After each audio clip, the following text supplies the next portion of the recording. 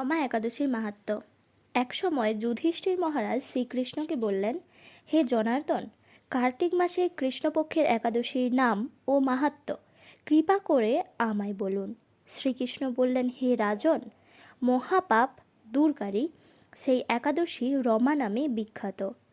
আমি এখন এর মাহাত্ম্য বর্ণনা করছি, আপনি তা মনোযোগ সহকারে শ্রবণ করুন। পুরাকালে মুচুকুন্দ নামে একজন সুপ্রসিদ্ধ রাজা ছিলেন। দেবরাজ ইন্দ্র, যম, বরুণ ও ধনপতি কুবেরের সাথে তার বন্ধুত্ব ছিল। ভক্তশ্রেষ্ঠ বিভীষণের সাথেও তার অত্যন্ত সদ্ভাব ছিল। তিনি ছিলেন বিষ্ণুভক্ত ও সত্য প্রতিজ্ঞ। এই রূপে তিনি ধর্ম অনুসারে রাজ্য শাসন করতেন।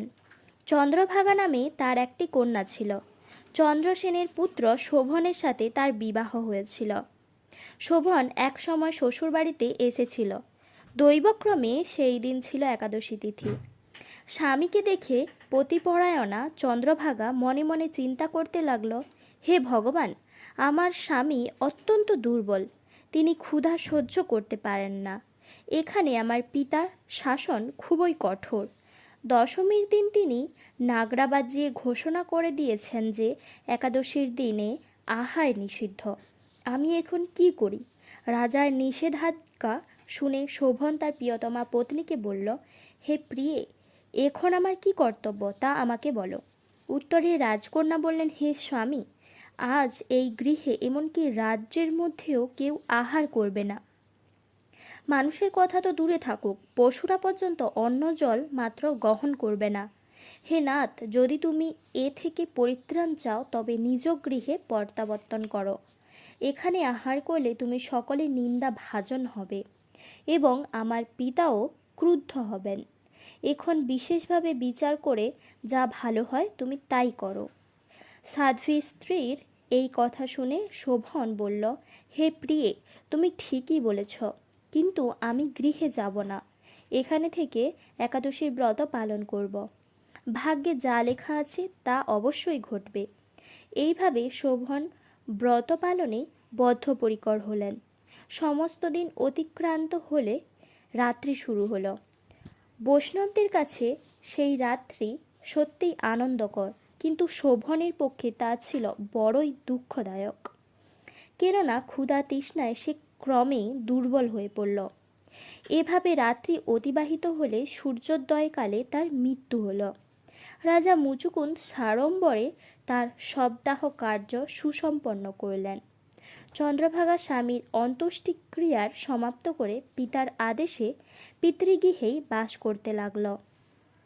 কালক্রমে রমাব্রত প্রভাবে শোভন মন্দরাচল শিখরে অনুপম সৌন্দর্যবিশিষ্ট এক রমণীয় দেবপুরী প্রাপ্ত হলেন।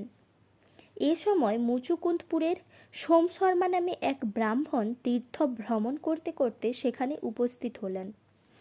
সেখানে রত্নমণ্ডিত বিচিত্র স্ফটিকখচিত সিংহাসনে রত্নালঙ্কারে ভূষিত রাজা শোভনকে তিনি দেখতে পেলেন। গন্ধর্ব ও অপ্সরাগণ দ্বারা নানা উপাচারে সেখানে তিনি পূজিত হচ্ছিলেন।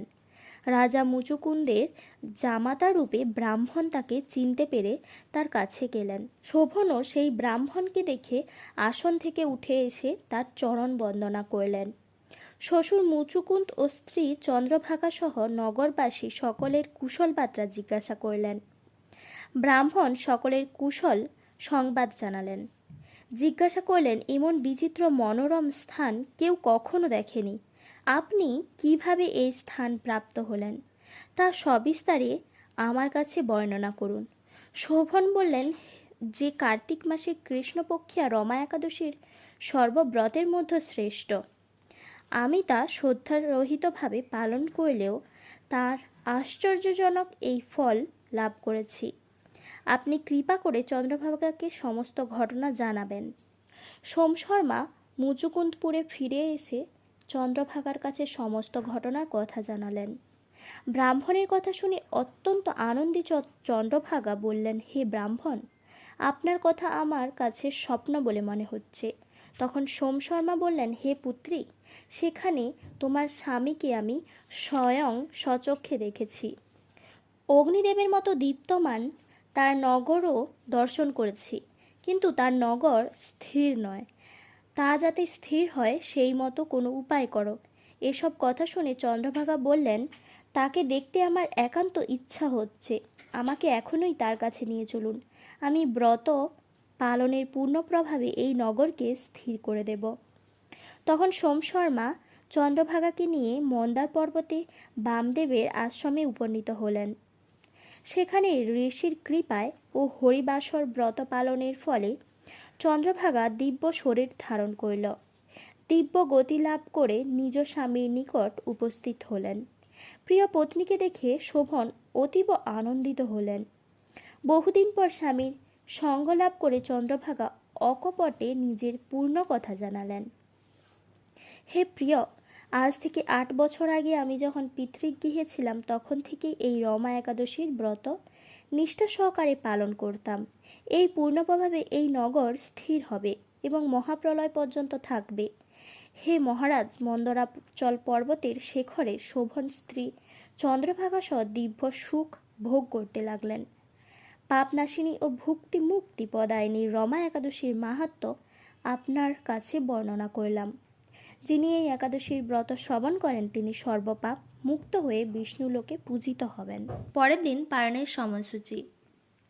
পশ্চিমবঙ্গ 5টা 38 থেকে 9টা 25, দিল্লি 6টা 23 থেকে 10টা 11, বৃন্দাবন 6টা 20 থেকে 10টা 10, উত্তরপ্রদেশ 6টা 8 থেকে 9টা 57, মুম্বাই মহারাষ্ট্র 6টা 33 থেকে 10টা 26, পুনে মহারাষ্ট্র 6টা 29 থেকে 10টা 22, নাগপুর মহারাষ্ট্র 6টা 10 থেকে 10টা 2, চেন্নাই তামিলনাড়ু 5টা 59 থেকে 9টা 55, ভুবনেশ্বর উড়িষ্যা 5টা 42 থেকে 9টা 35, ঝাড়খণ্ড 5টা 46 থেকে 9টা 37, বিহার 5টা 47 থেকে 9টা 37, ছত্তিশগড় 5টা 58 থেকে 9টা 50, শিলং মেঘালয় 5টা 22 থেকে 9টা 12, গুয়াহাটি আসাম 5টা 23 থেকে 9টা 13, আগরতলা ত্রিপুরা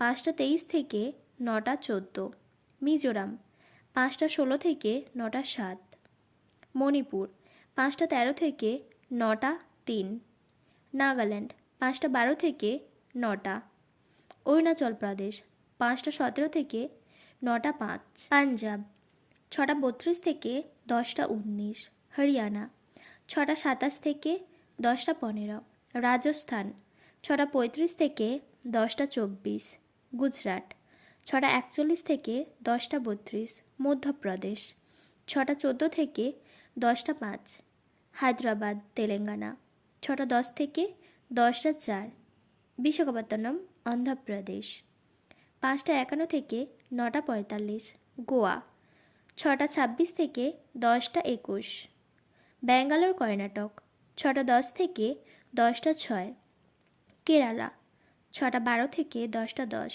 জম্মু কাশ্মীর 6টা 35 থেকে 10টা 20, আন্দামান নিকোবর 5টা 9 থেকে 9টা 5, বাংলাদেশ 6টা 4 থেকে 9টা 41, নেপাল 6টা 5 থেকে 9টা 54, ভুটান 6টা 3 থেকে 9টা 51, শ্রীলঙ্কা 5টা 57 থেকে 9টা 56, মালদ্বীপ 5টা 50 থেকে 9টা 50, মায়ানমার 6টা 1 থেকে 9টা 54, পাকিস্তান 6টা 14 থেকে 10টা, মালয়েশিয়া 6টা 57 থেকে 10টা 57, সিঙ্গাপুর 6টা 47 থেকে 10টা 48।